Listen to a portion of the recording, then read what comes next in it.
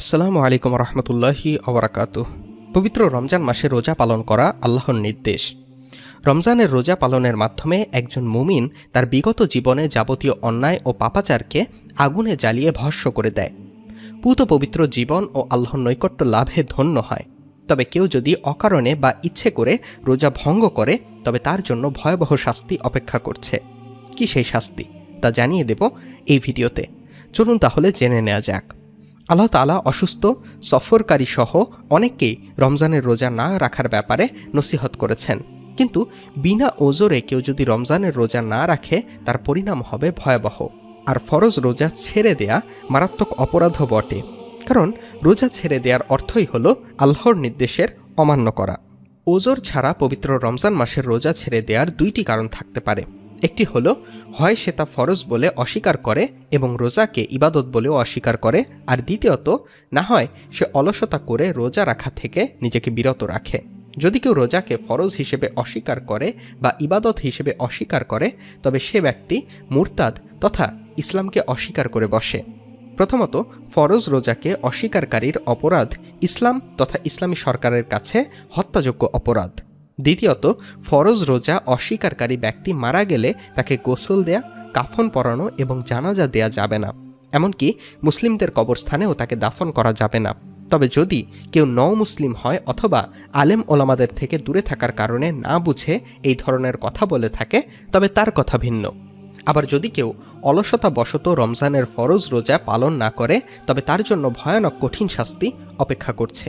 এ ব্যাপারে হাদিস হচ্ছে, হজরত আবু উমামা বাহিলি রাদিয়াল্লাহু তাআলা আনহু বর্ণনা করেন, আমি রাসূলুল্লাহ সাল্লাল্লাহু আলাইহি ওয়াসাল্লাম থেকে শুনেছি, আল্লাহর রাসূল সাল্লাল্লাহু আলাইহি ওয়াসাল্লাম বলেছেন যে একদিন আমি ঘুমিয়েছিলাম, এমন সময় আমার কাছে দুই ব্যক্তি উপস্থিত হলো।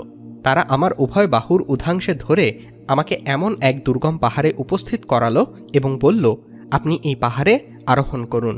আমি বললাম, এ পাহাড়ে আরোহণ করতে আমি অক্ষম। তারা বলল, আপনার চলাচল আমরা সহজ করে দেব। সুতরাং আমি এ পাহাড়ে চড়লাম। অবশেষে যখন পাহাড়ের চূড়ায় আরোহণ করলাম তখন বেশ কিছু চিৎকার ধ্বনি শুনতে পেলাম।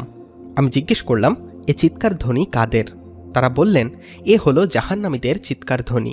পুনরায় তারা আমাকে নিয়ে চলতে লাগলেন।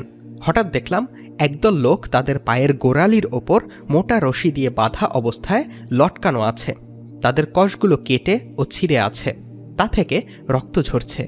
প্রিয় নবী বলেন, আমি জিজ্ঞেস করলাম, ওরা কারা? তারা বলল, ওরা হলো তারা যারা সময় হওয়ার আগেই ইফতার করে নিত। বাইহাকি, ইবনে খুজাইমা, ইবনে হিব্বান, মুস্তাদরকে হাকিম। রোজা রাখা বা ইফতার করার ক্ষেত্রে অলসতা বা ইফতারে তাড়াহুড়ো করার কোনো সুযোগ নেই, আর ইচ্ছাকৃতভাবে রোজা অস্বীকার করারও কোনো সুযোগ নেই। যারা উল্লেখিত অবস্থায় পড়বে তারাই মহা ক্ষতিগ্রস্ত। রমজানের ফরজ রোজা ইচ্ছাকৃতভাবে ছেড়ে দেয়া মারাত্মক অপরাধ, যা মানুষকে ইসলাম থেকে বের করে দেয়। ইসলাম ও মুসলমানদের জন্য রমজানের রোজার প্রতি অবিচল আস্থা, বিশ্বাস স্থাপন করা ঈমানের অন্যতম বিষয়। তাই মুসলিম উম্মাহের উচিত ওজর ছাড়া রোজা থেকে বিরত না থাকা, রমজানের রোজা যথাযথ আদায় করা, রমজানের রোজাকে ঈমানের মূল স্তম্ভ হিসেবে বিশ্বাস স্থাপন করা এবং রমজান মাসব্যাপী রোজা পালন করা। আল্লাহ তাআলা আমাদের সকলকে রমজানের রোজা যথাযথভাবে আদায় করার তৌফিক দান করুন, আমিন। সুপ্রিয় আলোর পথের যাত্রীর দিনী ভাই ও বোনেরা, সবসময় আমাদের একটি করে প্রশ্ন থাকে। আমাদের আজকের প্রশ্ন, রোজার আরবি শব্দ কি? জানিয়ে দিন আমাদের কমেন্ট বক্সে। ভিডিওটি ভালো লাগলে একটি লাইক দিন ও যত পারেন শেয়ার করুন। আমাদের চ্যানেলটি এখনও সাবস্ক্রাইব করে না থাকলে সাবস্ক্রাইব করে পাশে থাকা বেল বাটনটি চেপে রাখুন। ইসলামিক বিভিন্ন বিষয়ের ওপর ভিডিও পেতে আমাদের সঙ্গেই থাকুন। সকলের সুস্থতা ও নেক হায়াত কামনা করে আজকের ভিডিও এখানেই শেষ করছি। আল্লাহ হাফেজ।